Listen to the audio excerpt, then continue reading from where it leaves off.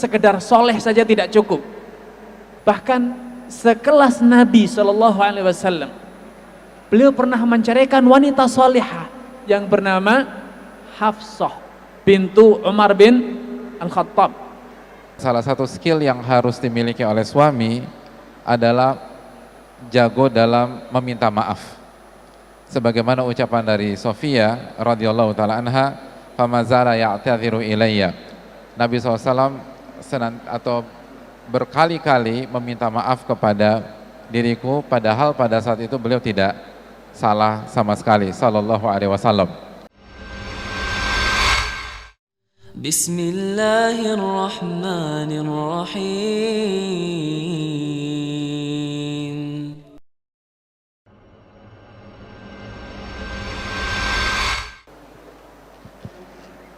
Assalamualaikum warahmatullahi wabarakatuh. Bismillahirrahmanirrahim. Alhamdulillahirabbil alamin wa bihi nasta'in ala umuri dunya waddin. Wassalatu wassalamu ala asyrafil anbiya wal mursalin wa ala alihi wa sahbihi wa man sara ala nahjihi bi ihsanin ila yaumiddin wa ba'd. Allahumma salli wa sallim wa barik wa an'im ala nabiyina Muhammadin wa ala alihi wa sahbihi ajma'in wa ba'd. Hadirin Allah muliakan, alhamdulillah, pertama-tama tentu saja kita bersyukur kepada Allah Subhanahu wa taala atas segala nikmat dan karunia yang Allah berikan kepada kita, atas nikmat yang Allah berikan yang tidak pernah henti, yang tidak pernah selesai. Wa in ta'udu nikmatallahi la tuhsuha, dan jika kalian ingin menghitung nikmat-nikmat Allah, maka kalian gak akan mampu bisa menghitungnya. Hadirin yang Allah muliakan, sekali lagi kita ucapkan alhamdulillahilladzi bi ni'mati tatimmus shalihat. Segala puji bagi Allah yang dengan nikmat, taufik dan hidayahnya amal soleh bisa dikerjakan dengan baik, dengan sempurna. Dan semoga Allah Subhanahu wa taala memberkahi pertemuan kita dan memberikan kita bukan hanya ilmu tapi iman dimanapun kita berada. Sebagaimana invitasi para ulama klasik kita dulu, ketika mereka ingin duduk bersama ilmu, mereka mengatakan ta'alau nu'min sa'atan, marilah kita sejenak menambah iman kita. Oleh karena itu semoga di kegiatan kali ini kita akan bukan hanya mendapatkan ilmu pengetahuan, kita bukan hanya mendapatkan konten atau data, tapi kita menambah ilmu dan iman kita. Sebagaimana kita bersyukur kepada Allah Subhanahu wa taala, kita pun juga selalu berusaha bersyukur kepada para ulama kita yang dengan taufik Allah lalu jasa-jasa mereka kita bisa menikmati Al-Qur'anul Karim dan sunnah Nabi SAW. Dan juga secara khusus kita bersyukur dengan kehadiran Ustadz kita Al-Fadil Al-Ustadz Muhammad Arifin Badri hafizahullahu ta'ala. Semoga Allah Subhanahu wa ta'ala memberkahi beliau, keluarga beliau, orang tua beliau, guru-guru beliau, dan semoga Allah menjaga beliau di dunia dan akhirat, amin ya rabbal alamin. Dan hadirin sekalian yang Allah muliakan, selanjutnya tentu saja salawat dan salam semoga senantiasa tercurahkan kepada Rasulullah SAW beserta para keluarga, para sahabat dan orang-orang yang istiqomah berjalan di bawah naungan sunnah beliau sampai hari kiamat kelak. Pada kesempatan kali ini kita membahas tentang konflik rumah tangga sebagaimana yang kita ketahui bersama. Dan konflik rumah tangga sebuah hal yang tidak bisa kita pisahkan antara konflik dan rumah tangga. Dan tadi Mas Teni udah bilang ya bahwa tadi pertanyaan apa Mas Teni? Ada yang nggak pernah konflik apa enggak dalam rumah tangganya? Ya. Dan jawabannya gimana? Nggak ada. Nggak ada. Pertanyaan saya kedua, semua sudah pada nikah? Ada yang belum nggak? Coba angkat tangan. Ya. Jadi bayangin, yang belum pun ngalamin konflik rumah tangga, bayangin. Jadi saking dalamnya, harusnya kan tadi itu yang belum nikah itu angkat tangan. Lagi saking dalamnya materi ini, yang belum pun kayaknya merasakan dan meresapi dan dia tahu apa yang akan terjadi di masa depan. Dalam ilmu bahasa Arab itu, dalam ilmu balago ada bi'tibari masa yakun gitu loh. Jadi kita mengatakan atau bersikap atau mengatakan sebuah statement bukan untuk kejadian hari ini, tapi untuk kejadian yang insya Allah kita akan dapatkan di masa depan. Dan begitulah kehidupan, hadirin Allah muliakan. Kehidupan adalah masalah. Para ulama mengatakan ad-dunya darul imtihan, dunia adalah tempatnya ujian. Dunia darul bala, dunia itu tempatnya masalah. Dunia tempatnya musibah.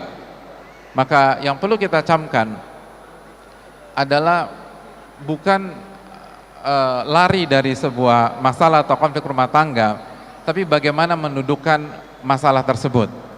Dan yang menariknya jamaah yang Allah muliakan, bahwa ketika kita bicarakan konflik atau masalah rumah tangga, ada banyak dikotomi pemahaman dalam masalah ini. Banyak orang berpikir bahwa ketika seseorang udah ngaji, udah mendekat kepada Allah Subhanahu wa taala, maka otomatis rumah tangganya akan aman, sakinah, mawaddah warahmah, dan tidak akan terjadi apa yang kita tidak diinginkan. Dan ini sebuah kekeliruan dan terlalu simpel dalam berpikir. Dan orang yang jangankan baca buku-buku para ulama, orang yang punya pengalaman sedikit saja di dunia ilmu atau dunia dakwah dan tahu tentang peta masyarakat, itu akan mengatakan hidup itu nggak sesimpel itu. Hidup itu tidak sesimpel itu.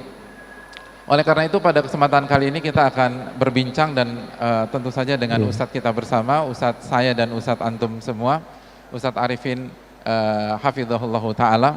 Dan sedikit dari saya sebelum beliau akan menjabarkan dan panjang lebar, kita tahu bahwa Nabi kita SAW mengatakan tentang generasi para sahabat, khairun nasi qarni, sebaik-baik manusia adalah generasiku, thummal ladzina yalunahum, thummal ladzina yalunahum, lalu generasi berikutnya, lalu berikutnya. Ketika kita berbicara tentang ahli ibadah, maka merekalah orang-orang yang berada di saf terdepan. Ketika kita berbicara tentang ketaatan dan ketakwaan, maka merekalah berada atau orang-orang atau generasi yang berada di saf terdepan.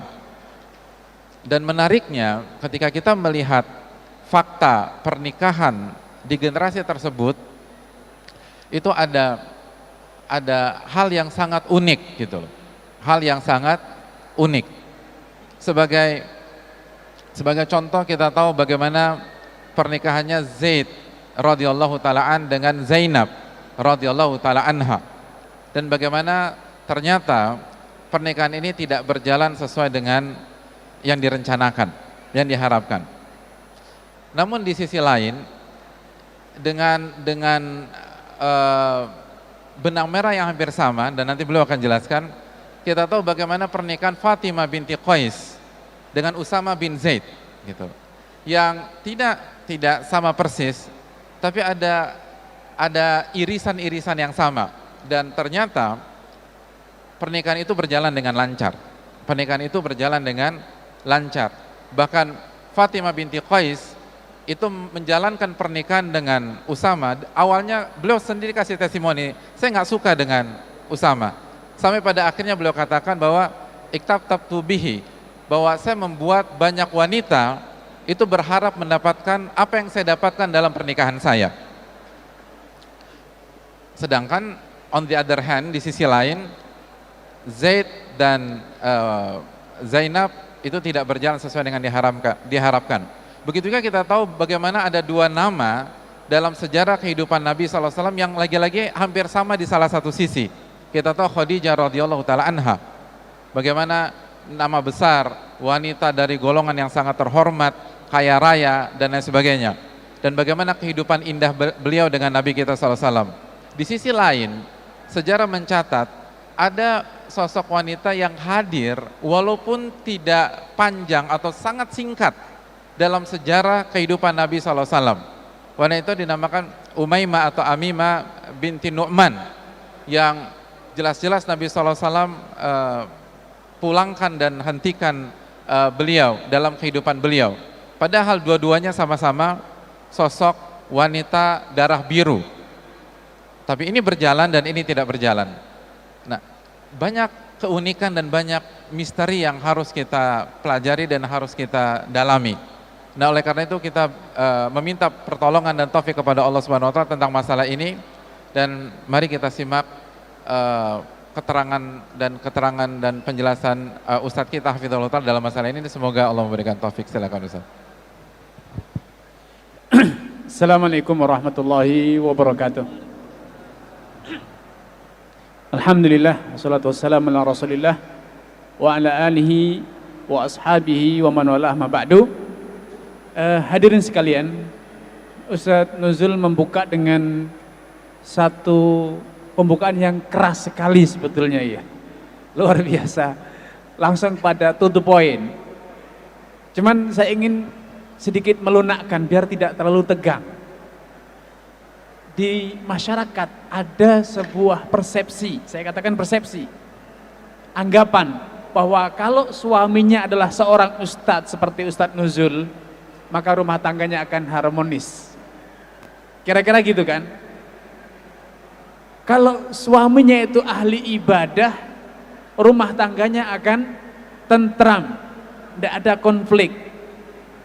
Tapi beliau mengangkat satu fakta sejarah. Zaid bin Harithah itu anak angkatnya Nabi SAW. Orang soleh, bukan muridnya Ustadz Nuzul, ya, muridnya Nabi SAW. Tapi konflik dengan istrinya. Istrinya bukan sembarang wanita, wanita solihah Zainab bintu Jahshin. Saking solehnya, setelah dicerai oleh Zaid, siapa yang menikahi? Nabi SAW.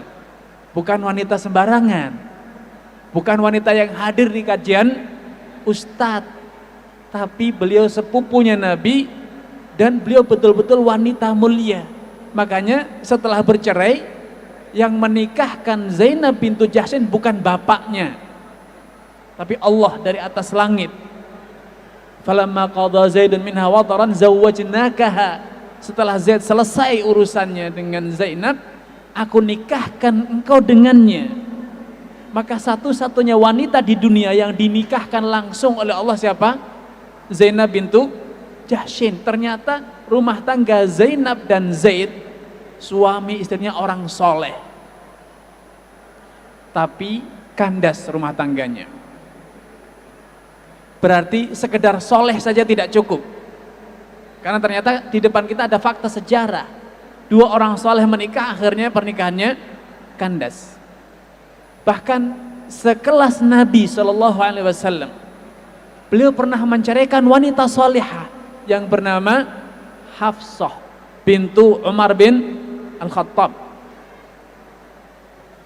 Sengketa rumah tangga, konflik rumah tangga dengan Nabi, bercerailah. Nabi memutuskan untuk menceraikan Hafsah. Namun ketika uniknya setelah diceraikan, turun malaikat Jibril membawa wahyu, memerintahkan kepada Nabi untuk merujuk Hafsah. Alasannya apa? Innaha sawwamatun qawwamah. Karena Hafsah rajin puasa dan ahli sholat malam, ahli sholat dan ahli puasa. Dibela sama Allah, bukan bapaknya yang bela. Suaminya yaitu Rasul diperintahkan langsung oleh Allah SWT. Untuk apa? Dirujuk. Yang satu dinikahkan dengan Nabi langsung dari langit, yang kisah kedua turun pembelaan dari langit agar istrinya dirujuk. Tapi yang menjadi pelajaran kita, ternyata orang soleh pun bisa konflik rumah tangga yang berujung pada perceraian. Kisah ketika yang beliau ungkit juga, Ibnatul Jun, Umaymah bintu Nu'man, dicerai dan tidak dirujuk oleh Nabi SAW. Betul-betul akhirnya cerai dan putus untuk selamanya. Maka persepsi sebagian orang bahwa kalau sudah ngaji, rumah tangganya pasti tentrem, rumah tangganya pasti sakinah mawaddah, itu ternyata tidak sepenuhnya benar. Karena kalaupun kita ngaji, kita tidak akan bisa menjadi seperti Zaid bin Harithah. Kalaupun istri kita ngaji, tidak akan bisa menjadi Zainab bintu Jahshin, tidak akan bisa menjadi Hafsah. Toh mereka juga terjatuh dalam konflik dan akhirnya bercerai. Maka saya ingin mengajak antum sekalian untuk merenungkan satu ayat yang sering kita dengar dibaca dalam momentum pernikahan. Wa min ayatihi an khalaqalakum min anfusikum azwajan litaskunu ilaiha wa ja'ala bainakum mawaddatan wa rahmah. Di antara tanda keagungan Allah adalah diciptakannya istri azwajan, istri-istri kalian, pasangan-pasangan dari diri kalian sendiri, dari kalangan sesama manusia, agar kalian litaskunu ilaiha, mendapatkan sakinah, kedamaian, ketenangan.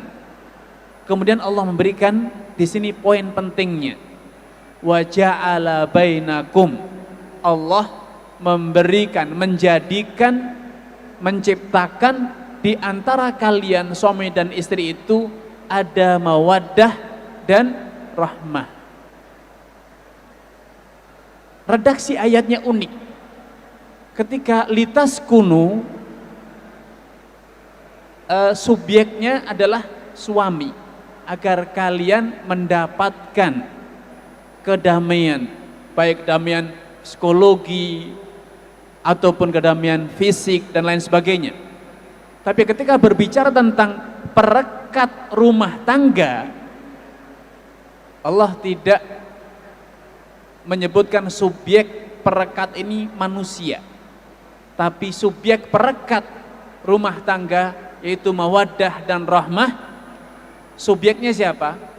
Wa ja'ala bainakum, Allah yang menjadikan adanya mawaddah, rahmah, kasih sayang itu di antara kalian suami istri.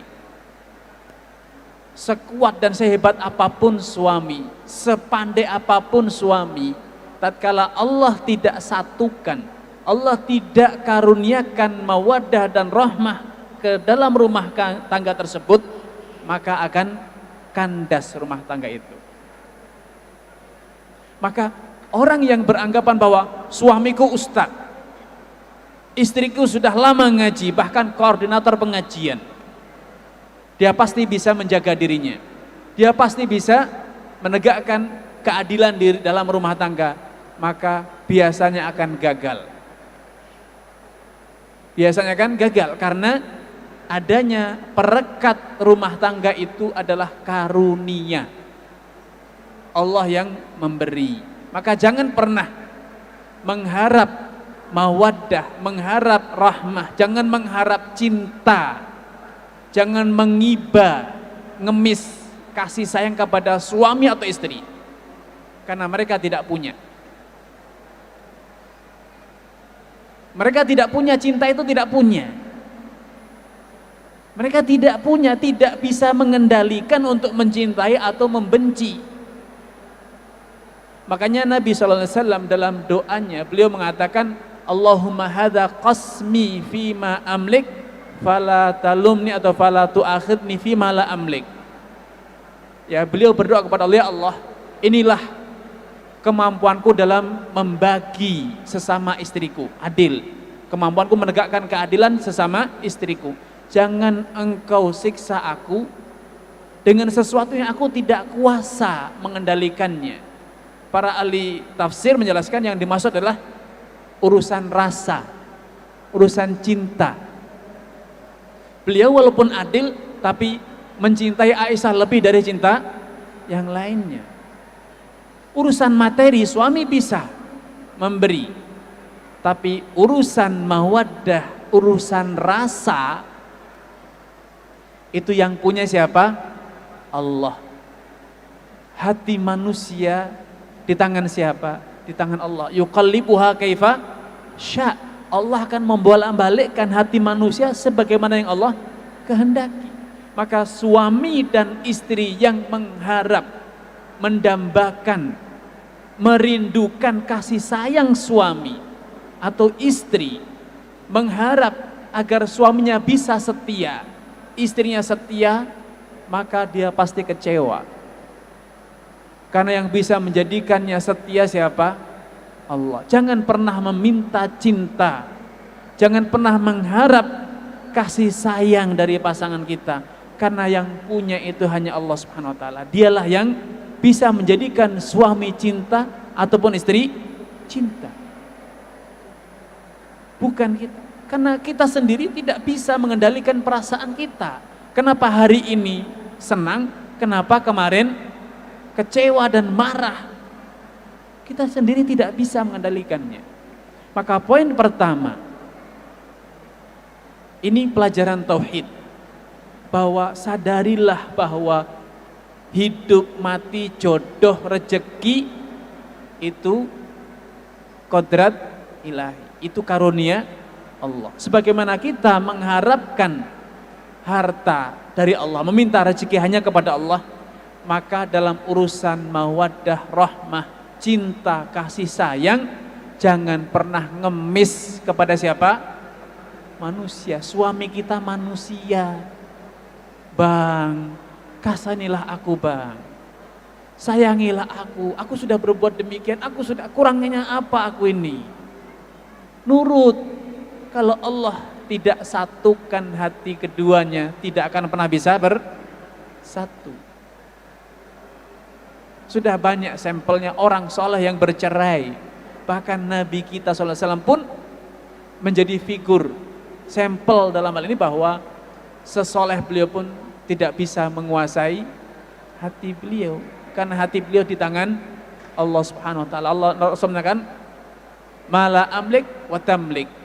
Hatiku tidak aku miliki, tapi engkaulah yang memiliki hatiku sendiri.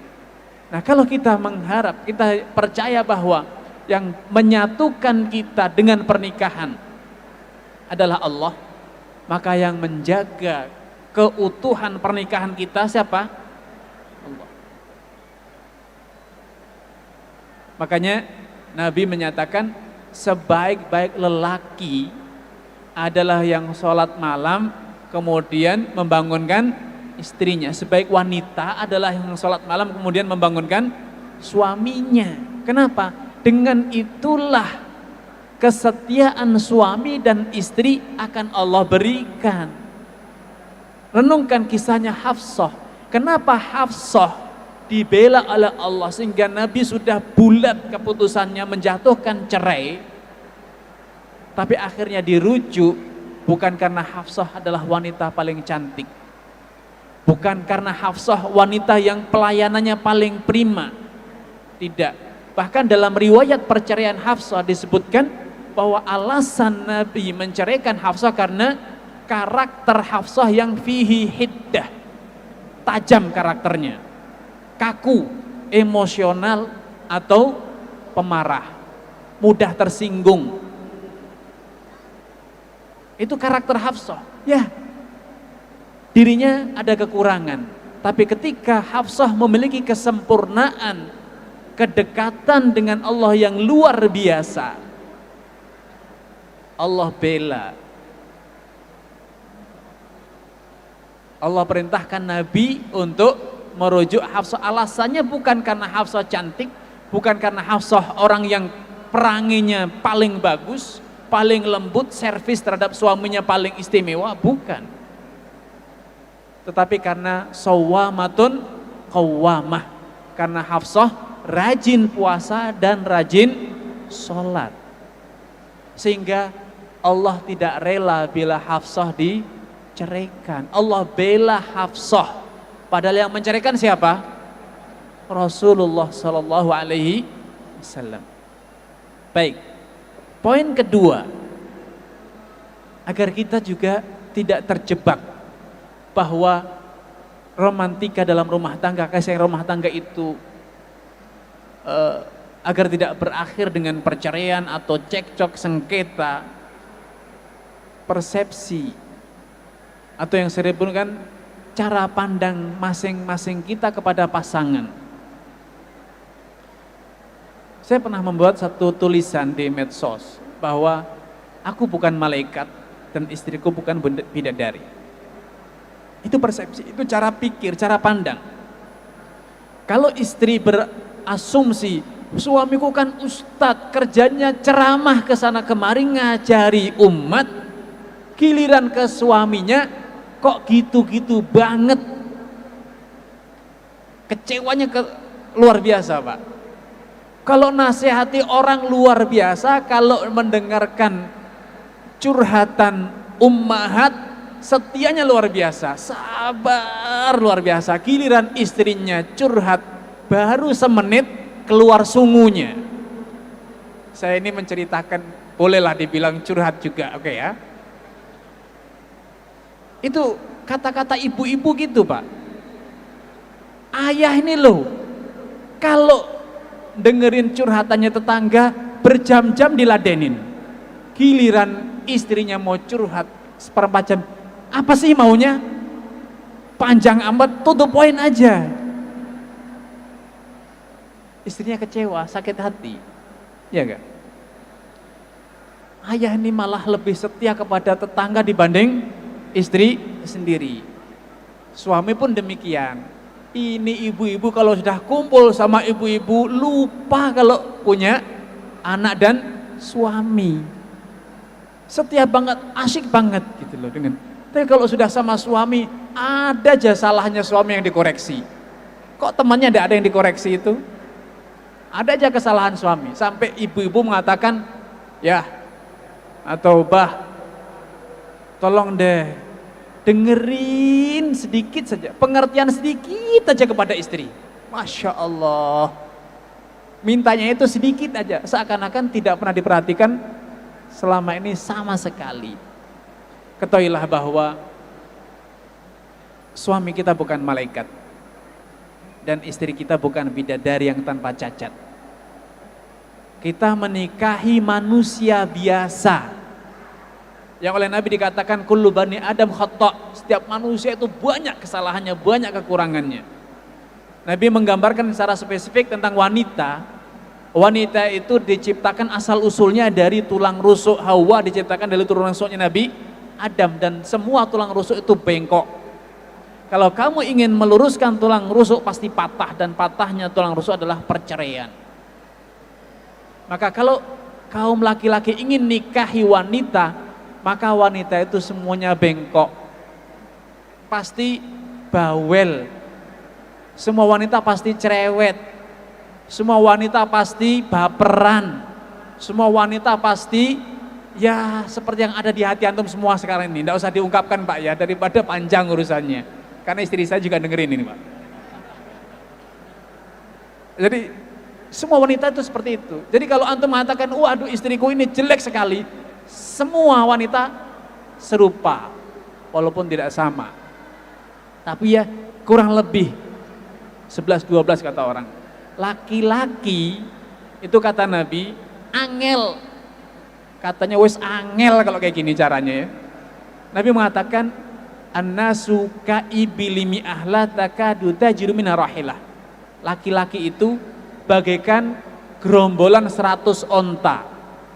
Dari 100 onta ini hampir-hampir engkau tidak bisa mendapatkan 1 ekor saja yang layak dijadikan onta tunggangan, yang nurut, yang kuat fisiknya, yang sabar untuk ditunggangi. Itu hampir tidak ada. Jadi kalau ngeluhkan suamiku itu, waduh, kalau dicurhatin tidak pernah dengerin. Kalau dicurhatin istri tetangga rajin dengerinnya, maka ibu tidak akan bisa menemukan tempat tukar tambah. Tukar tambah suaminya kayak gitu semua. Suami itu di mana-mana kalau dengerin curhatannya istri, ya semuanya tidak sabaran kalau dengan istrinya. Suatu hari, ini satu kisah ya, Umar bin Khattab terkejut ketika hijrah ke Madinah, budaya istrinya berubah. Semula wanita Quraisy itu kalau ke suaminya betul-betul tunduk patuh, tidak pernah bantah sekata pun. Karena lelaki Quraisy powerful, tidak menerima sekata tapi, tidak ada kata Quraisy. Di Quraisy tidak ada itu. Tapi di Ansor, istri yang rujak suaminya itu biasa. Diulek suaminya, dirujak sampai pedes, itu biasa di Ansor. Sehingga ketika hijrah ke Madinah, Umar terkejut, istrinya segera berubah perilakunya, berani bantah suami. Maka Umar bin Khattab pun marah dan kemudian curhat kepada Nabi. Ya Rasulullah, wanita-wanita kita ini, istri-istri kita, terlanjur terkontaminasi dengan budaya Ansor. Aku marah besar gara-gara ya istriku ini bantah. Maka apa kata Rasulullah SAW? Wahai Umar, wahaulai wahunna hauli. Wahai Umar, ini semua istriku sedang ada di sekitarku nih. Mereka semua nuntut kepadaku tambahan nafkah. Jadi kalau kamu satu udah pusing, aku punya lebih dari 8 atau bahkan 9 wanita yang semuanya sedang ngeroyok aku nuntut tambahan nafkah. Apakah kemudian Nabi kalah dan mengalah dan kemudian dituruti? Tidak. Karena Nabi sudah merasa bahwa nafkah yang beliau berikan lebih dari cukup. Kalau mau tahu nafkah Nabi berapa? Ada yang tahu?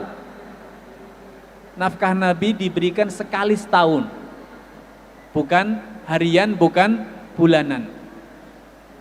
Nafkah Nabi SAW kurma setiap tahunnya diberi sebanyak 80 wasak. Gandum diberi dalam hitungan 20 wasak. Ya.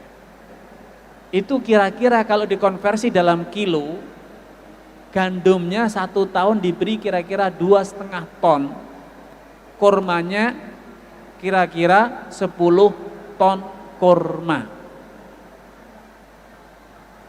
Lah antum ada yang ngasih beras kepada istri 2 ton, satu hari paling 1 kilo kali 360, baru 360 kilo atau 3,6 kuintal. Gitu minta poligami lagi, Pak. Kita ini perlu perlu melihat ya bahwa itulah karakter wanita, minta tambahan nafkah, rewel, semua wanita seperti itu.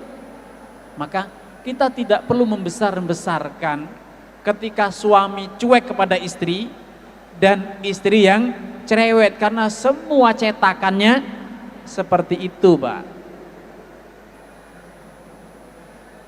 Jadi kalau antum naik motor, waktu hujan, kehujanan, panas, kepanasan, nggak usah ngeluh, Pak.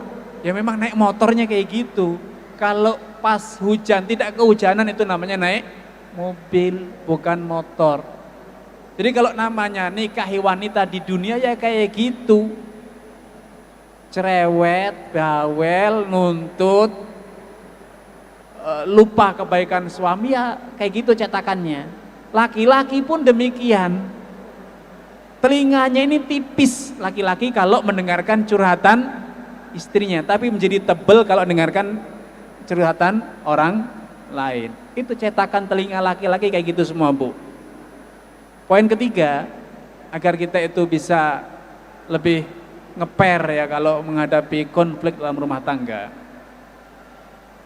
Konflik itu tidak harus diselesaikan hari ini, Pak. Hari ini konflik itu tidak harus diselesaikan hari ini. Kita bisa menundanya. Karena seringkali konflik itu akan hilang dengan sendirinya ketika ditunda. Ya besok kita diskusi. Apa masalahnya? Gini, ya sudah, kita sekarang makan dulu. Kita sekarang minum dulu. Kita sekarang masak bareng dulu. Nanti sore kita diskusi masalah tersebut. Sore sudah hilang tensinya, Pak. Itu yang dilakukan oleh Nabi SAW, mengulur konflik untuk tidak diselesaikan instan di seketika waktu terjadi konflik. Ini tercermin dalam satu kisah ketika Nabi SAW sedang menerima tamu beberapa orang sahabat. Ya, Ummu Salamah, dalam riwayat lain Hafsah mengirimkan makanan di saat Nabi sedang berada di rumahnya Aisyah. Maka ini harga diri Aisyah tercoreng. Masa ini tamu-tamuku enak-enaknya ngirim makanan. Ini kan menginjak-injak harga diri tuan rumah, bahasa sederhananya gitu. Tidak menghargai. Maka budak yang membawa piring makanan itu dipukul oleh Hafsah, piringnya pecah, makanannya tumpah. Ini kan kamu kurang ajar, kamu tidak menghargai suami sedang ada tamu. Tidak diselesaikan oleh Nabi SAW. Diabaikan. Nabi SAW memunguti makanan, kemudian mempersilahkan kepada para tamunya, ayo silakan dimakan, jangan diambil hati, dia sedang cemburu, selesai masalah. Ketika Aisyah melihat Nabi dengan tawaduknya memunguti bersama tamu, makanannya dipunguti, cemburunya Aisyah mereda. Kok aku jahat ya, suamiku aku permalukan seperti ini. Tapi Nabi tidak mempermasalahkan Aisyah, hanya mengatakan, ayo silakan dimakan.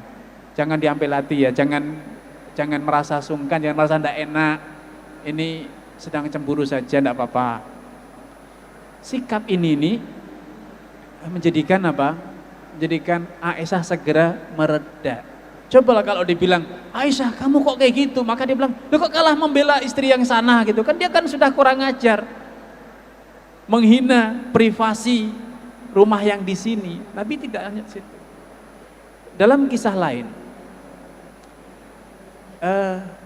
ini kiat yang selanjutnya ya, bahwa suami itu tidak terhina kalau minta maaf kepada istri. Tidak menjadi rendah kalau mengalah kepada istri. Itu kuncinya, Pak. Kalau suami ingin menang kepada istrinya, maka suami tidak diciptakan untuk menang melawan istri, tapi diciptakan untuk menyayangi, bukan rival yang harus menang atau kalah. Suami harus menjaga, mengayomi, melindungi. Konflik itu terjadi karena suami ingin menang. Sudah jelas istrinya salah, jelas salah. Tapi bukan untuk menunjukkan kamu yang salah. Suami yang harus mengayomi. Ini yang dilakukan Nabi SAW dalam banyak kasus. Ya, saya ingin ceritakan dua cerita dalam rumah tangga Nabi SAW, bagaimana Nabi SAW mengayomi, bukan mengungkit dan menegakkan kebenaran bahwa istrinya yang salah.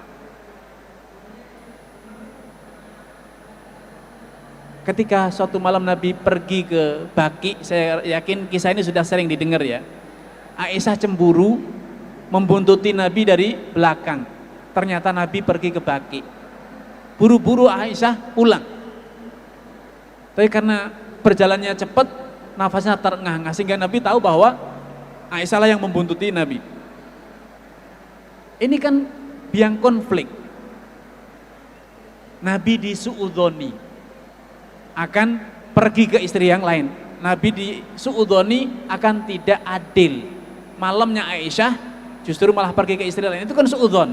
Padahal Nabi ke Baqi diperintah oleh Allah SWT untuk mendoakan penghuni Baqi. Lah kok istrinya suudzon? Ini kan ada salah dan benar. Tapi Nabi tidak mengatakan, Aisyah kamu salah, kamu kurang ajar, kamu tidak percaya sama suami. Tidak. Nabi tidak menjatuhkan Aisyah, tidak mengharap Aisyah mengakui kesalahan, tapi Nabi mengatakan, awaqad ja'aki syaitanuki, Aisyah, setanmu udah datang lagi. Karena ini istrinya adalah korban dari bisikan setan, diayomi. Bukan kamu ini sudah kelewat batas menurut setan. Pak, dengan santun, awaqad ja'aki syaitanuki, setanmu udah datang lagi. Maka Aisyah jadi takut, kok ada setannya saya gitu. Ya, semua orang ada setannya, termasuk dirimu ya Rasulullah. Iya, termasuk aku. Hanya saja Allah menolongku sehingga setanku ini tunduk. sehingga dia tidak membisikkan kecuali yang baik. Sehingga yang harusnya forum konflik menjadi majelis taklim. Ngayomi Pak, karena Nabi sadar istrinya berada dalam kondisi sebagai korban letupan emosional, cemburu dan bisikan setan.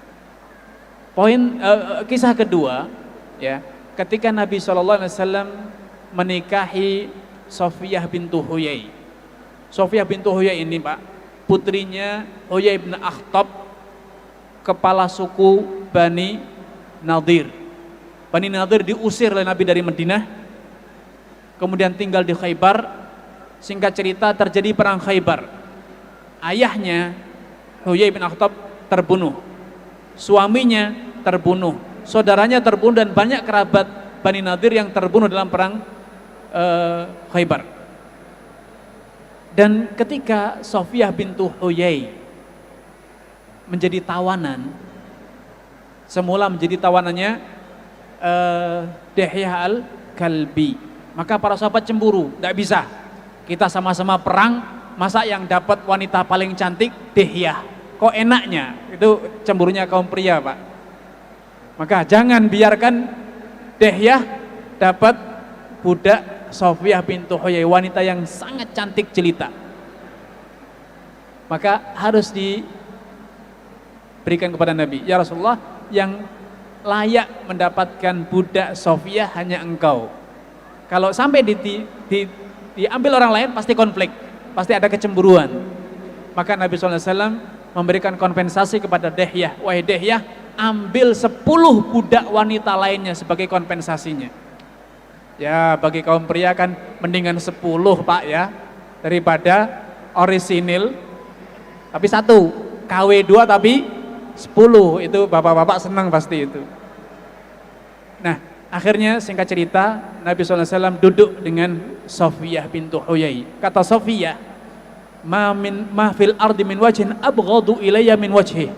Tatkala Nabi SAW duduk di depanku, di dunia ini tidak ada muka yang paling aku benci dibanding mukanya dia. Mukanya Nabi SAW. Qatala akhrajani min dari. Dia mengusirku dari Madinah. Qatala abi wa zawji wa akhi. Dia membunuh ayahku, suamiku, dan saudaraku. Kemudian Sofiyah mengatakan, famazala ya'tadhiru ilayya. Nabi dalam posisi yang sudah menang perang nih, merendah. Beliau mengatakan, terus Nabi itu ya'tadhir, mengutarakan alasannya, merendah, meminta maaf kepada Sofiyah. Sampai di akhir majelis, kata Sofiyah, yang terjadi sebaliknya. Di dunia ini tidak ada muka yang lebih aku cintai dibanding muka beliau. Maka di akhir majelis Sofiyah menerima tawaran untuk dinikahi oleh Nabi SAW. Suami yang pandai meminta maaf ke istrinya walaupun dia yang benar akan menjadi pilar terciptanya keharmonisan dalam rumah tangga. Suami bukan rival dalam pengadilan, istri juga bukan rival dalam gugatan, sehingga harus dibuktikan bahwa suami yang benar atau istri yang benar. Tidak, kita itu harus saling menyayangi, saling mengayomi, ya kira-kira gitu Ustaz. Ada 4 poin yang diangkat.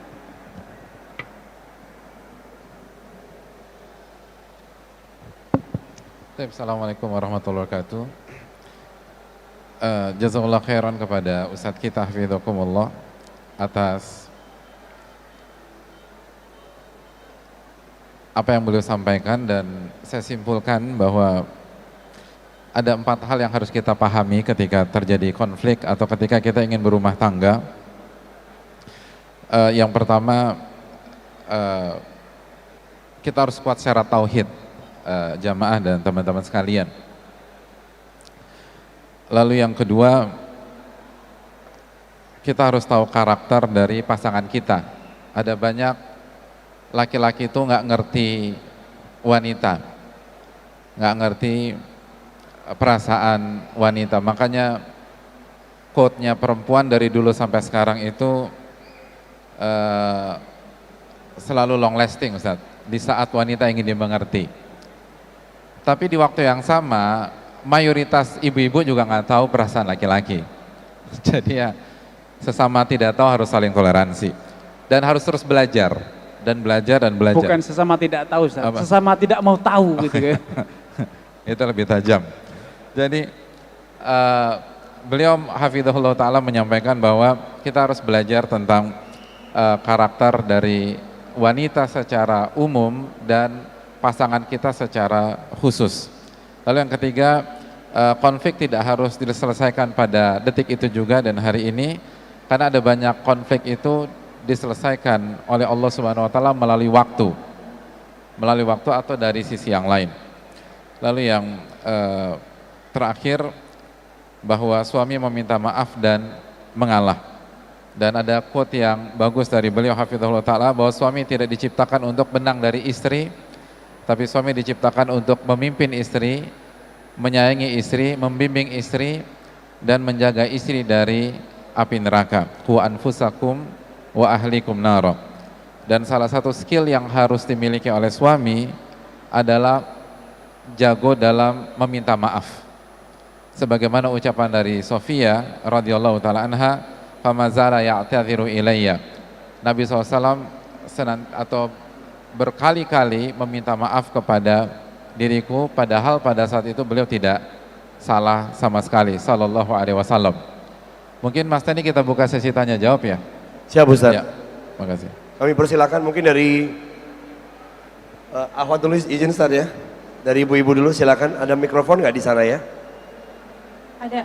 Ya. Dipersilakan. Tes. Oke.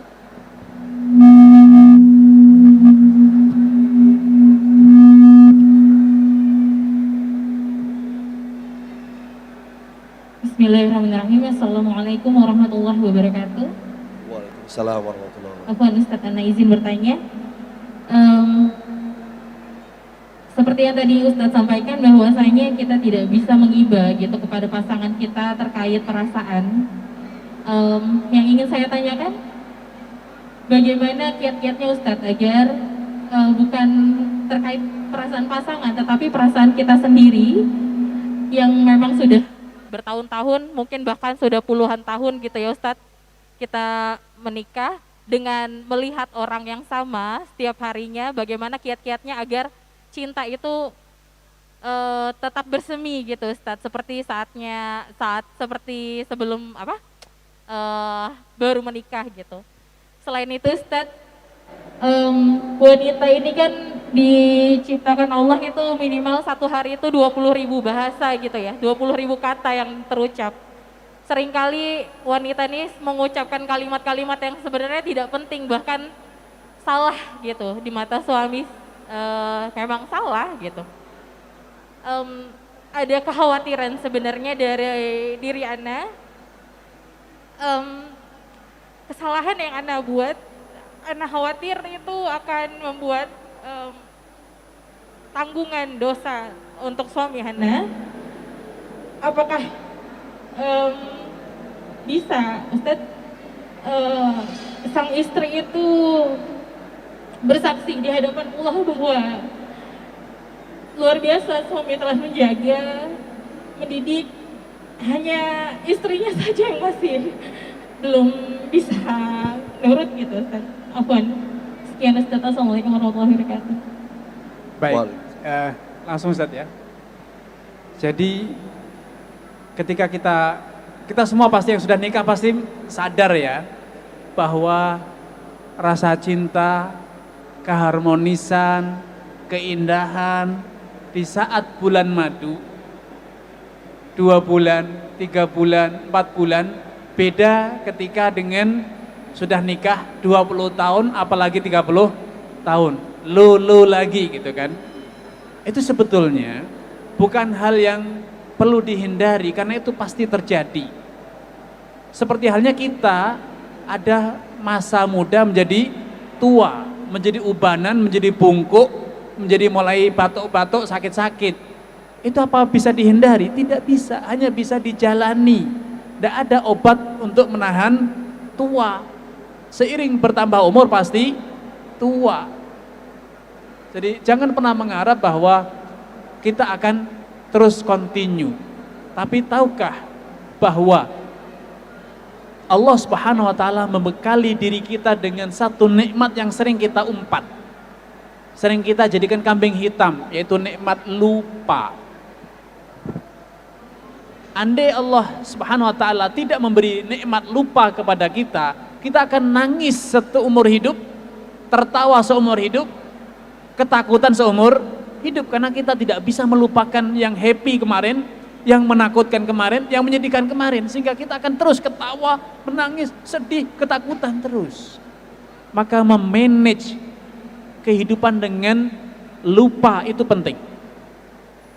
Lupakan kesalahan, lupakan kekurangan, itu pesan Allah SWT. Fa'fu wasfahu, maafkan, lupakan, ya. Dan yang kedua, cinta itu bisa dipupuk dengan perbuatan baik. Kita yang berbuat baik atau pasangan yang berbuat baik, siapapun yang berbuat baik itu akan memupuk rasa cinta. Kucing yang liar di depan rumah, sekali datang ngeong-ngeong kita terganggu, ketika melihat kelaparan, kasihan, ya kan? Dikasih makan sekali, 2 kali, besok datang lagi, akhirnya setiap hari datang kita kasih makan. Sadar ataupun tidak, ada rasa cinta kepada kucing tersebut. Bukankah gitu, Pak? Bapak-bapak yang sudah hobi burung, sekali beli dikasih pakan, dikasih minum, terus lama-lama cinta kepada burung itu. Beli sepeda, sekarang dicuci, besok dirawat, besok dilap, lama-lama cinta. Sepedanya jatuh saja, ada rasa di hatinya apa? Ya Allah, sepedaku jatuh. Ketika anaknya yang jatuh, bangun nak, tidak apa-apa nak. Tapi ketika sepedanya yang jatuh karena dirawat, dimandikan, ini seakan-akan sesuatu yang besar terjadi. Maka kalau kita ingin menumbuhkan rasa cinta, berbuatlah baik. Tahadu, tahabu. Seringlah memberi, niscaya kalian akan saling mencintai. Ahsin ilan nasi tasta'bid qulubahumu. Teruslah berbuat baik kepada orang lain, niscaya engkau akan bisa mendapatkan hatinya. Ya. Dan poin selanjutnya, cinta itu, bedakan cinta dengan nafsu. Kita seringkali tidak paham arti cinta. Menganggap cinta itu selalu ingin nempel, lengket kayak perangko katanya. Itu nafsu, bukan cinta. Karena ayah dengan anak juga mencintai, bukankah demikian? Orang tua, saudara, kita pun mencintai saudara. Sahabat, kita juga mencintai sahabat. Sesama orang yang beriman, kita saling mencintai. Nah, makanya Nabi memerintahkan kita untuk afsus salam bainakum. Awala adullukum ala syai'in idza fa'altumuh tahabbtum. Maukah kalian aku tunjukkan sesuatu yang kalau aku lakukan akan saling cinta mencintai. Kalian akan saling mencintai, yaitu tebarkan salam. Ini cinta yang sebenarnya. Nah, saya yakin kalau suami istri saling membantu, saling mengasihani, melayani, berbuat baik, mengucapkan salam, saling mendoakan, maka cinta itu akan tumbuh. Walaupun nafsunya mulai surut, kok mulai adem ya, berdekatan, senggolan, tidak ada apa-apanya. Ya memang, itu seiring dengan pertumbuhan fisik. Hormon yang menjadikan orang bernafsu itu sudah mulai produksinya turun. Maka ya wajar, walaupun tidur bareng, sampai bangun lagi, tidur lagi, tidak nyenggol juga, ya itu biasa Pak. Karena hormonnya sudah menipis. Tapi bukan berarti tidak cinta. Kita seringkali salah mengartikan cinta dengan nafsu. Yang di pengantin baru itu nafsunya yang menggebu, cintanya yang belum tumbuh. Nafsunya yang menggebu, bukan cintanya yang besar. Tapi kakek nenek kita, cinta mereka luar biasa, nafsunya yang sudah minim. Maka kita harus duduk dengan suami istri, ya suami istri kita ini saling duduk untuk saling belajar apa itu cinta. Bang, menurut abang apa sih cinta itu bang? Gitu. Istri pun demikian, istriku, dek atau apapun namanya. Menurut kamu apa sih cinta itu? Bagaimana aku bisa tahu bahwa kamu itu cinta kepadaku? Nanti antum akan dengar bahwa ternyata mereka tidak mendeskripsikan cinta itu dengan nafsu. Sehingga ketika kita membandingkan seperti dulu di pengantin baru, maka dulu itu bukan cinta. Dulu itu nafsu. Makanya simak Nabi SAW ketika memotivasi pemuda untuk nikah. Ya ma'syarah syabab, wahai para pemuda yang sudah mampu membiayai kehidupan rumah tangga, menikahlah. Hadisnya sering dengar kan ya. Karena dengan menikah itu alasannya, ini yang menjadi poin pentingnya. Dengan menikah aghaddu lil basar wa ahsanul farj. Lebih menjadikan engkau mampu menundukkan pandangan dan menjaga kemaluan. Nabi tidak mengatakan dengan menikah cintamu tersalurkan, tidak. Tapi pandangan liarmu, mata keranjangmu itu bisa terkendali dan nafsumu bisa terjaga. Itu anak muda. Cinta itu miliknya nenek dan kakek yang siap berkorban, melayani, mengayomi, setia, itu cinta. Jadi kalau ibu tadi nikah sudah berapa tahun, Bu? Sudah 10 tahun. 10 tahun itu sudah terbukti ada cinta. Lah kalau kita hari ini masih bertanya, kok cintanya berkurang? Saya tidak percaya. Yang berkurang nafsunya, Pak. Maka kita perlu belajar apa itu cinta, karena cinta bukan hanya suami dan istri. Nabi menganjurkan kita untuk saling mencintai, bukan berarti saya harus menggauli, tidak. Cinta itu adalah kesetiaan, cinta itu adalah loyalitas, cinta itu adalah bagaimana kita setia, menasehati, melindungi agar tidak celaka, itu namanya cinta, Pak. Ya. Dan pertanyaan yang kedua, apa tadi satu yang kedua? Beliau khawatir lisan beliau itu tadi memudaratkan suaminya, karena wanita kan lisan. Oke. Semua orang akan dihisab dengan amalannya sendiri-sendiri. Yauma yafirul mar'u min akhihi wa ummihi wa abihi wa sahibatihi wa banihi likulli imri'in minhum yauma idzin sya'nun yughni. Setiap manusia akan mempertanggungjawabkan perbuatannya masing-masing. Jadi kalau suami sampai disiksa oleh Allah karena perbuatan istri, ya sebetulnya karena perbuatan suami sendiri yang tidak bertanggung jawab, tidak mendidik, tidak memerintahkan yang ma'ruf, melarang yang mungkar. Makanya Allah ceritakan dalam Al-Quran, Nabi Lut punya istri yang buruk. Apakah Nabi Lut akan disiksa gara-gara istrinya? Fir'aun, lelaki yang buruk, punya suami istri yang saleh. Istrinya tidak akan disiksa oleh Allah dengan perbuatan suaminya, karena itu telah menunaikan kewajibannya amar ma'ruf nahi mungkar sesuai dengan batas kemampuannya masing-masing. Wallahu ta'ala alam. Nah, Baik Ustaz. Ustaz Uzum mau menambahkan? Enggak, udah cukup. Cukup, Masya Allah. Ada waktu 10 menit tersisa sebelum kita masuk azan zuhur ya, kita manfaatkan dengan maksimal. Tafadhol yang di sini mungkin. Ya. Mikrofonnya ya, oke saya menghampiri, bentar, tenang.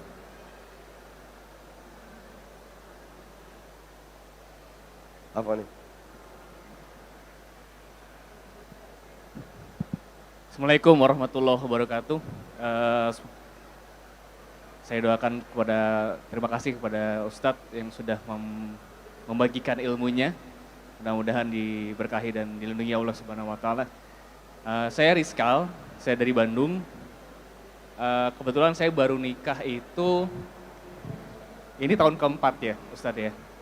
Cuma mungkin bukan masalah, tapi saya pengen tips dan trik dari Ustadz. Saya baru menikah ini, belum punya anak, baru berdua, dan kita sedang cari rumah.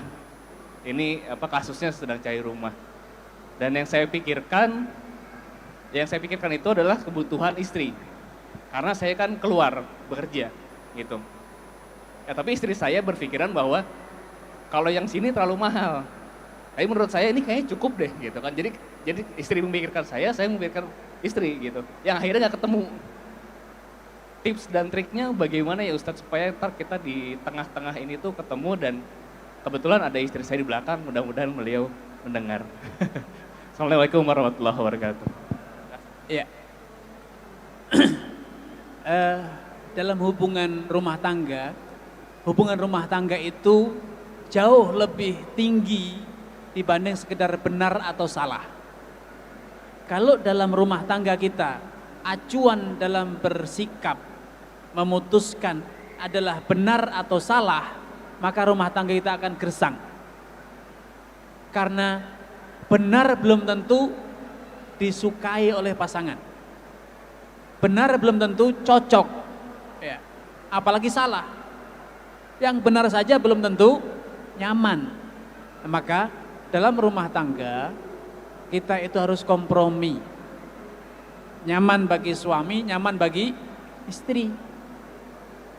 Terus terang nih, saya sebagai contoh saya kadang ya keluar sungunya Pak, karena sudah pakai baju, mau berangkat ke kampus ngajar, dicegat oleh istri, nggak boleh keluar pakai baju itu, copot. Ya Allah, ini waktu udah mepet, tinggal 5 menit, harus sampai ke kampus. Kalau sampai harus ganti baju lagi bisa telat, nggak boleh, nggak bisa. Nggak matching celana dengan baju. Bayangin Pak, padahal saya pakai baju itu bukan untuk istri waktu itu, untuk mahasiswa, ada mahasiswa saya. Ya saya akan tampil di depan mahasiswa, tapi apa persepsi istri? Apa kata orang? Nggak diurus sama istrinya, atasan dengan bawahan, nggak matching. Ya, dengan sungunya yang keluar, dengan ya tetap ganti baju Pak. Ya itulah namanya rumah tangga.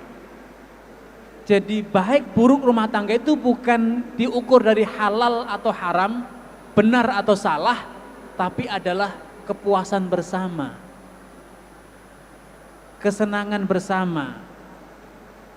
Sehingga istri melepas kita keluar dari rumah dalam kondisi alhamdulillah nama baikku terjaga katanya. Sehingga suami keluar dengan pakaian yang matching atas dan bawahnya. Sesederhana itu Pak rumah tangga itu sebetulnya. Jadi bukan benar atau salah mencari dalil. Dalilnya apa? Tidak boleh pakai atasannya coklat, bawahannya merah misalnya gitu. Tidak ada Pak. Tapi itu urusannya hati, perasaan, tidak matching tuh. Tidak cocok. Maka pesan saya bagi suami, pilihlah, gunakanlah yang disenangi oleh istrimu. Istrimu demikianlah. Pilihlah, lakukanlah yang disukai oleh suami. Ibnu Abbas, ini sampel suami yang baik ya, ahli tafsir dari kalangan sahabat. Suatu hari tampil di depan murid-muridnya dengan syal warna merah. Wih, kok ngejreng gitu Pak Yai katanya gitu kan, bahasa kita gitu kan. Ustaz, kok syalnya warnanya merah Ustaz gitu. Ganjen Ustaznya. Apa jawabannya? Sederhana. Albasat mimro'ati qabla qalil. Ini syal yang dipakaikan oleh istriku tadi. Jadi dia suka dengan ini, ya sudah selesai masalahnya. Mau kamu komentarnya ngejreng, mau komentarnya norak, mau komentarnya, itu bukan urusanmu, itu urusan istriku. Karena beliau mengenakan pakaian untuk apa? Menyenangkan istrinya. Bukan untuk menyenangkan kalian. Makanya Ibnu Abbas kemudian memberikan satu kesimpulan. Inni uhibbu an atazayyana limro'ati kama uhibbu an tatazayyana li. Aku tuh senang untuk berdandan di hadapan istriku sebagaimana aku senang kalau istriku berdandan di hadapanku. Sehingga hal-hal yang seperti itu adalah halnya kompromi. Apa yang menjadikan pasangan kita nyaman, maka itulah yang benar. Apa yang menjadikan pasangan kita tidak nyaman, itu salah. Jangan tanya dalil. Karena semuanya halal, Pak. Jadi istri masak pecel itu halal.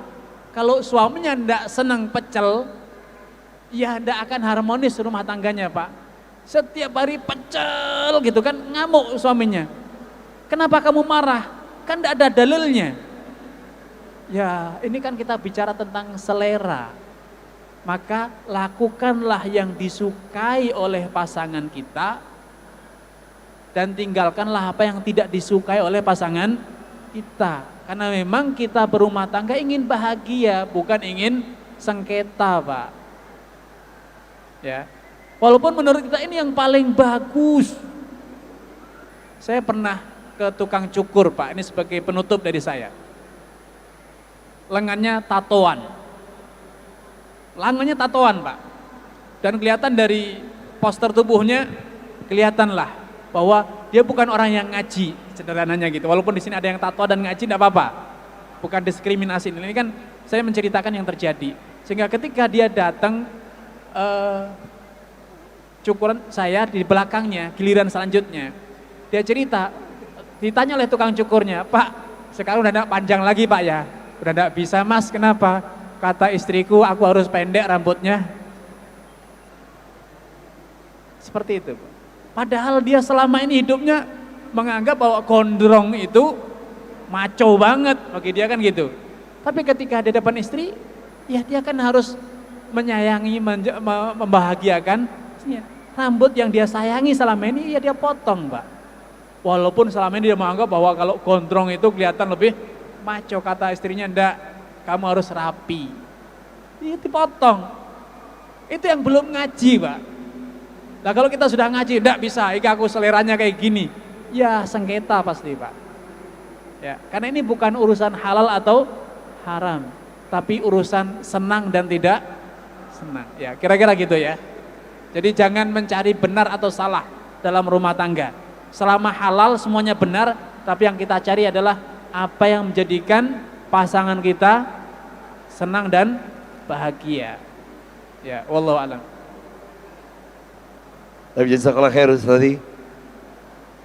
Sebenarnya masih banyak pertanyaan nih, Ustaz. Tapi qadarullah masyafal, kita bersiap untuk zuhur dan butuh waktu untuk teman-teman mengkondisikan barisan, saf dan sebagainya. Tersisa 2 menit mungkin.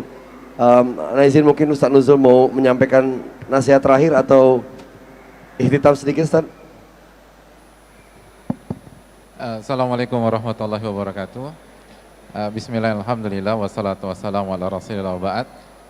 Jazakumullah khairan kepada Ustadzina, Ustadz Al-Fadhil, Ustadz Muhammad Arifin Badri atas apa yang telah beliau sampaikan.